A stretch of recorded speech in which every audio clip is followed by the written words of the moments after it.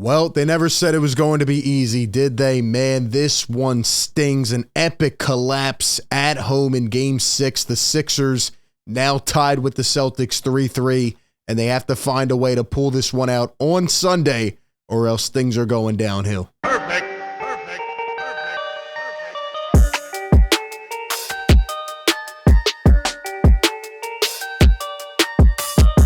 What is going on, everybody? RB here. Welcome into Philly Take with RB. Hit the like button if you enjoy the show. Subscribe and hit the bell. As always, we're live every single game. We will be live on Sunday. We were live tonight, and obviously a very disappointing finish. I do want to thank everybody, though, for helping us get to 30,000 subscribers on the show here on YouTube. We will continue to grow and get better. My heart, it was in my stomach, and man, I'm disgusted. I'm disappointed. The Sixers go down, and they completely collapse the opportunity they had here in this game. I mean, we're gonna break it down a little bit, but really, what I have is a message for James Harden, Joel Embiid, the Sixers team, organization, fan base, all that.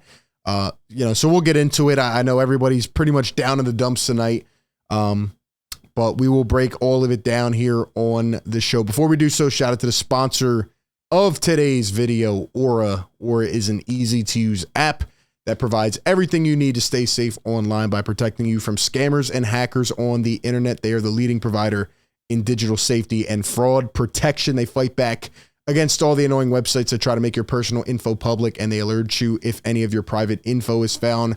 They give you near real-time alerts on suspicious credit inquiries and even provide a VPN where you can scroll anonymously online. They have a password manager where you can store all your credentials safely and securely, and a whole bunch of other useful tools. So go take the next step in protecting your online safety by signing up for Aura. Go down to the link in the description, click the link, aura.com/PhillyTake, and receive a 2-week free trial of all of their services.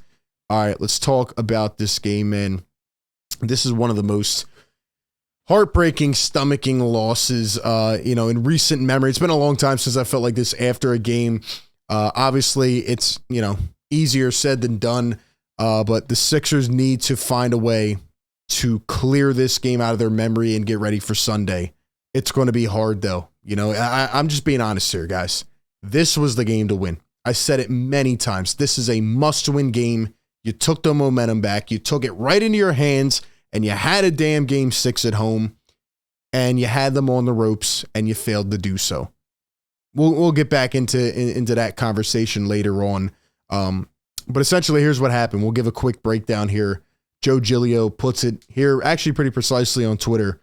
Sixers were up 83-81 with about 6 minutes to go, and they did not make a shot. They went 0 for 8 in their next 8 shots in the last 5 minutes of the game. And they had their 2 best players soak as the Celtics ran past them. They were, apparently walking down the floor. That's how it was described. I mean, I was watching the game.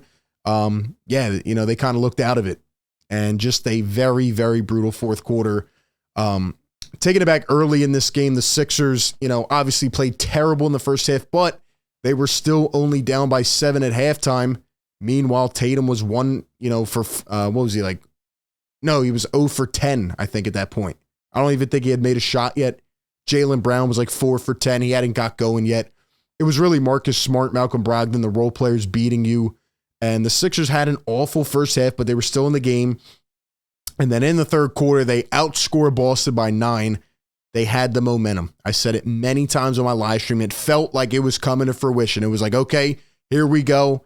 That point in the game that has been felt throughout the series where, all right, now the momentum shifted. The Celtics seem like they're kind of bottoming out, like you're letting the air out. And the Sixers had the momentum at the end of the third quarter, going into the fourth, like, all right, they just need to deliver the final blow, the final knockout punch, and this is the Sixers series. And what do? They absolutely collapse, choke in the fourth quarter, just in a more disgusting performance. And there's a lot of individuals to blame for this. I want to know from the people out there, do you put this loss more on the coach or do you put it on the players? Now, it is unfortunate. Doc, is going to get a lot of blame for this here. His last 9 games, in a game where they can punch a ticket to the conference finals, going back to 2015, he's 0-9. So, there is some reflecting upon the coach. I mean, 0 for 9 in your last 9 games to punch your ticket to the conference finals is bad. But let me be honest with you guys, man.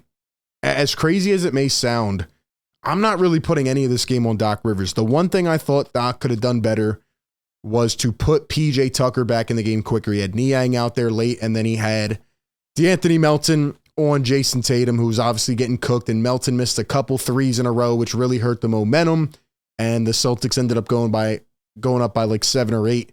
But other than that, I can't really put this on Doc Rivers. This was on your star players. I'm looking at Joel James. This is the first time I'm really saying here, like in a crunch time moment, in a season defining, in a career defining moment, they coddled up, they rolled up into a ball, and they didn't get it done. And James Harden was pretty bad in this game throughout. It really sucks because when you think back to game 3, the game that I went to, if he was just a little bit better, if he was just average, the Sixers win. If he was just average tonight, the Sixers probably win. The Sixers just had to deliver the blow in the fourth quarter. They just had to knock him out, hit him with the KO, and they could not do it. And obviously Joel Embiid had thoughts about that. Here were some of the quotes from him post-game. He says, 1, I got to be more demanding. 2, it's a make or miss league. And 3, who doesn't love Game 7s? Well, I hope you love Game 7s, Joe.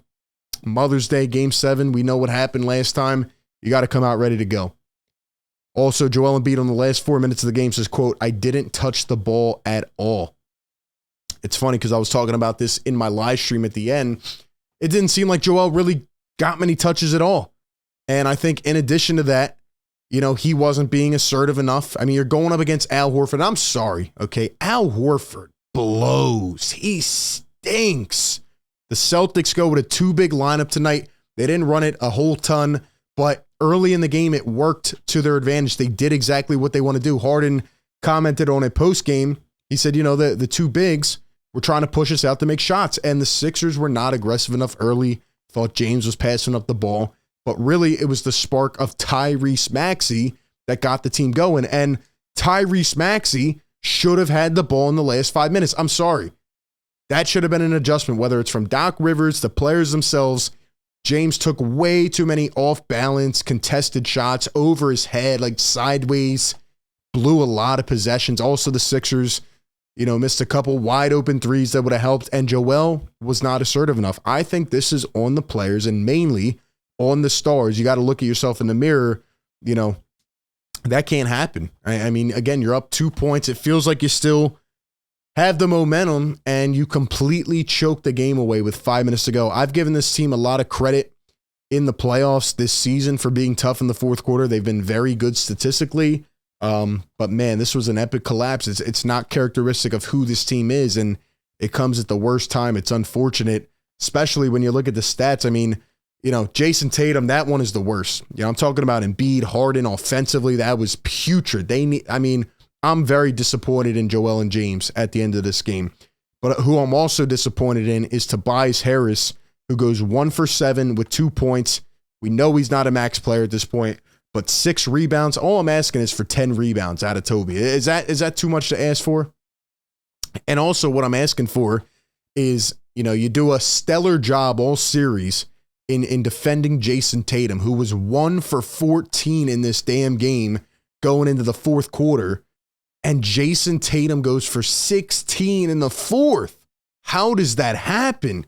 You got D-Melt on him a few possessions, but Tobias Harris, where did you go? You turned into a ghost in the biggest moments of the game. And again, you had no impact on the game tonight. I'm embarrassed for this Sixers team. I mean, that's sad, man. You score 86 points in an elimination game, where you can knock out the other team. You score 86 at home. That's bad, man. That is bad. Embiid ended up stepping it up in the third quarter. Tobias was quiet. James, 4 for 16. I mean, he had 9 assists, 7 rebounds. But it is just a shame. I mean, you had such a perfect opportunity, and you could not close it out. And just too many late possessions where the team did not play together. They took bad shots, in terms of shot selection, and they let this one slip. You had the Celtics on the ropes. You just had to knock them out. And, now you don't do that, which is very unfortunate. The couple main things I look at in this game, Sixers out rebounded by 12. I said that was going to be a main key, especially with the two bigs. And the Sixers shot 23.5% from deep. Celtics 43%. And the Celtics turned it over 18 times. You didn't make them pay for it, which is very, very, very unfortunate. Other than that, man, all I can say is that it's going to be tough now. It's going to be very tough. We have a couple optimistic quotes, I guess, for Game 7. And, Tyrese Maxey says, if I have to go to war in Game 7 in Boston, I want to go to war with this group. James Harden comments, and he disagreed with Doc Rivers, who had said that the team didn't trust each other enough. And he says that he has confidence going into Game 7, that the team just didn't make enough shots. And Joel Embiid says, he loves Game 7s, and, who doesn't, right? It's going to be a great atmosphere. But I think where the disgust feeling comes in, where I feel like the confidence level of Sixer fans have sunk all the way down is, when are you going to get past this narrative, right? Think about this, man. You had the crystal clear opportunity to end it tonight. This was the game to end it. I mean, the Celtics had a lot of pressure in Game 5. You beat them on their home floor. That's the second time you beat them on their home floor. It is going to be very tough. If you look at the historical odds, I mean, there's not many times where a team goes on the road to beat a team 3 times in their building, especially a team like Boston, right? You just gave them life. They looked like they were done. Even in this game, they weren't stepping in front of the Sixers. They weren't, blowing the Sixers out when they should have. The Celtics have not played good at all in this series. I'm sorry. And Tatum had a great fourth quarter. He stepped up when his team needed him to. But overall, he's been bad. Jaylen Brown didn't play that well. This was the game to get it done. It's going to be very hard going back into Boston for a third time and beating them. It's already hard enough winning a Game 7 on the road. I mean, crazier things have happened in this playoffs, but it just feels like you missed a huge opportunity. And my final message here to James Harden and Joel Embiid, you need to come out on Sunday like your ass is on fire. The Sixers did not do that in this game, and that's what really disappoints me. And, as Sixer fans defend James Harden, Joel Embiid so much, there's a lot on the line here. I'm talking about the future of this organization, and I don't say that lightly. It is on the line here. Do you want to continue to instill this narrative that people say about you every damn year, that you can't get over the second round hump, that you can't get past that threshold, that you're not good enough to do it, that you choke in big moments, right? There's been a lot of talk about the coach, and you switch players and things. Here we are again. Are you going to come out and do the improbable, complete the impossible, go out and win a tough Game 7 and show us who you really are? Or are you going to go back down into that same rabbit hole and lose Game 7 in a heartbreaking fashion on the road and kill everybody's hope yet again? If you do that, Sixers, I'm telling you right now, nobody's going to believe in this team for a long time. A long, long time. This is the clear opportunity. You've never had a chance like this, a path like this to the NBA Finals, and you might have blew it tonight. You have to come out on Sunday like you want it, like you did in Game 5. You have to come out with that same intensity. Shots obviously have to fall, but you need to want it. None of this passing up 2 feet from the rim, being, lackadaisical on defense. That was a terrible thing tonight. The transition defense in the first half was terrible, and they weren't closing out in the fourth quarter. Where did it go? Where did that spice go? It's embarrassing.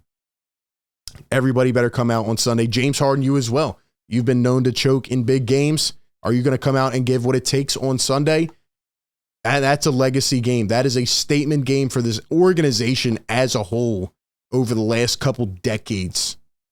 If you don't win this game on Sunday, I mean, you're right back where you started. And, nobody is going to believe in you. And there will be major changes to this organization. So they say the best 2 words in sports are Game 7. Everything's on the line. We'll see how it plays out. If not, man, it's going to be a very, very disappointing one. I know I sound down right now. I am. That was a terrible loss to stomach, man. You can't lose that game. Can't lose that game. A lot of people have lost hope. The only way to instill it back into the Sixer Nation is to go out and do the improbable. So we'll see if they can do that. Sixers blew one tonight. They have one more chance. You have to forget about everything, treat it as one basketball game, and try to go win it. Those are my thoughts. Give me all yours down below in the comments section. Appreciate everybody for tuning in. Be sure to like, comment, and subscribe. And with that being said, I will catch you all on the next one. Peace.